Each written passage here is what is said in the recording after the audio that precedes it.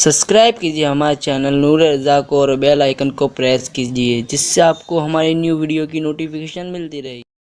مولا حسین کون ہے؟ سبحان اللہ سبحان اللہ۔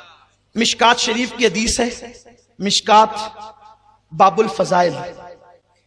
مولا حسین کی ولادت کا وقت آتا ہے۔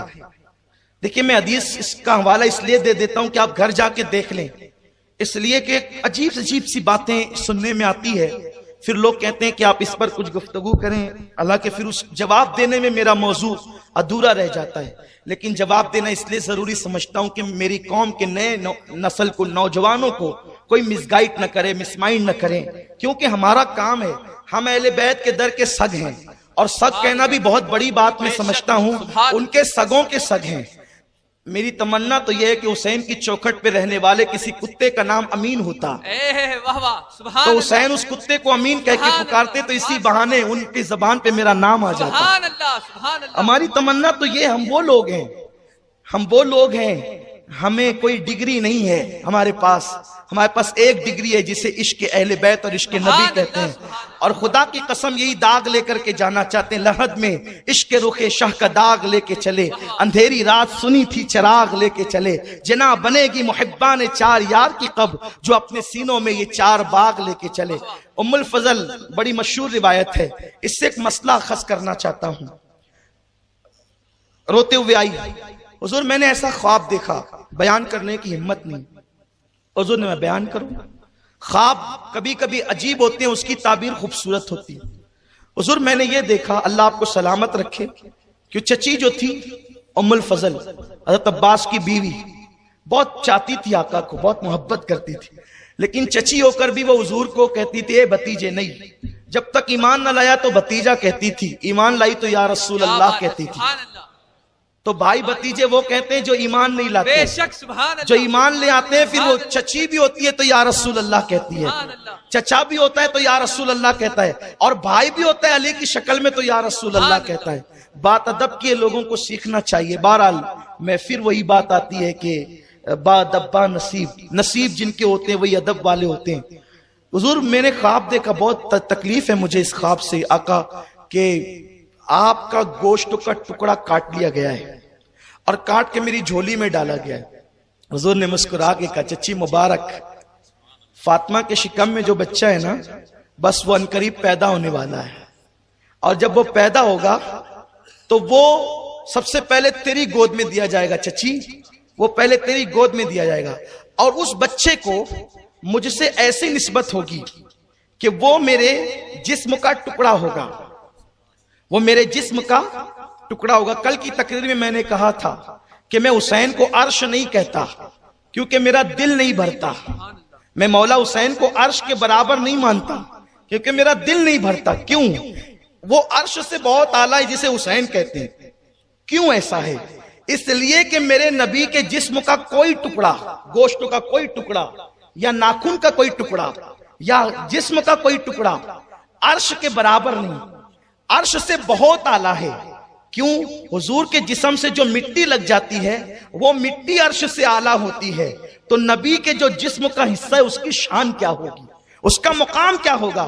کہا چچی اس کو مجھ سے وہی نسبت ہوگی جیسے گوشت کو جسم سے ہوتی ہے۔ اس کے بعد بات آئی گئی، ہو گئی۔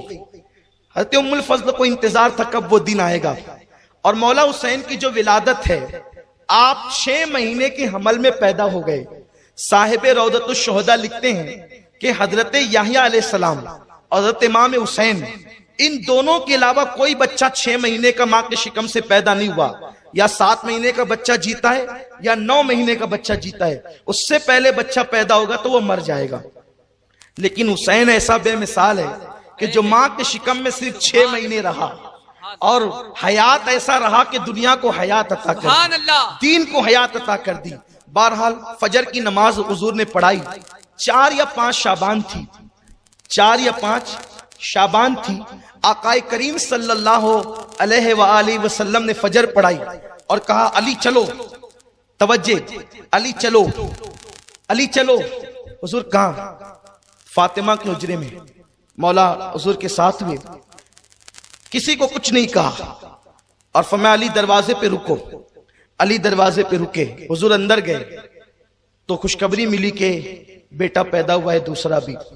سرکار نے کہا کہ لاؤ میرے ہاتھ میں دو۔ کونین کو دینے والا داتا جس کے ہاتھ ہمیشہ ایسے ہیں، سبحان اللہ، وہ حسین کو لینے کے لیے یوں کرتا ہے، سبحان اللہ، لاؤ میرے ہاتھ میں دو۔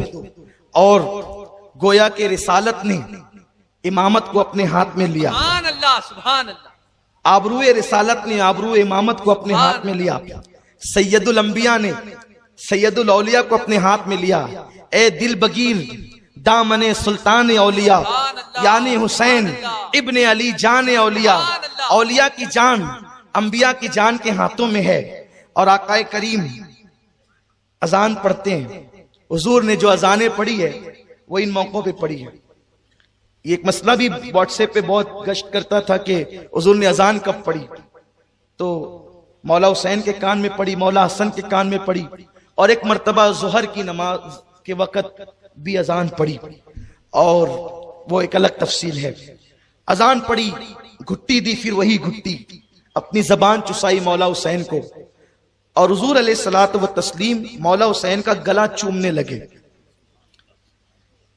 یہ البدایہ والنہایہ، اسی کے ساتھ مشکات، اسی کے ساتھ السوائق المحرکہ، یہ جو کتابیں ہیں نا، ان ساری کتابوں میں سوانح کربلا، ساری کتابوں کی روایتوں کا گلدستہ میں ایک روایت میں آپ کے سامنے پیش کر رہا ہوں۔ حضور چومنے لگے جو ہے وہ گلا، اتنے میں جبریل آئے۔ آنے کے بعد جبریل نے عرض کی، حضور اللہ آپ کو مبارکباد دیتا ہے کہ آپ کے گھر میں بیٹا پیدا ہوا۔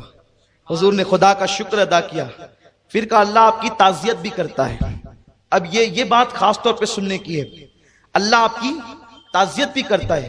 حضور نے کہا جبریل خوشی کا موقع ہے، مبارکباد تو سمجھ میں آتی ہے، تعزیت تو غم کے موقع پہ کی جاتی ہے، اللہ میری تعزیت کیوں کرتا ہے؟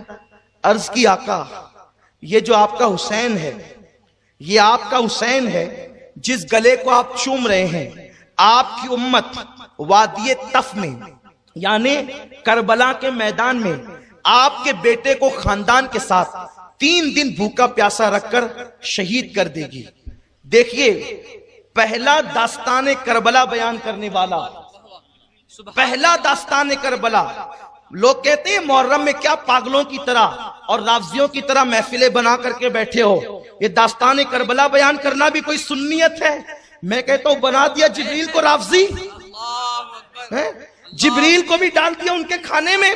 نادانو شرم تو کرو، نئی کتابیں پڑھو، لیکن میں جانتا ہوں تم کتابیں پڑھتے ہو لیکن تمہیں سمجھ میں نہیں آتا، اس لیے کہ کتابوں کا پڑھنا الگ ہے، اس کو سمجھنا الگ ہے۔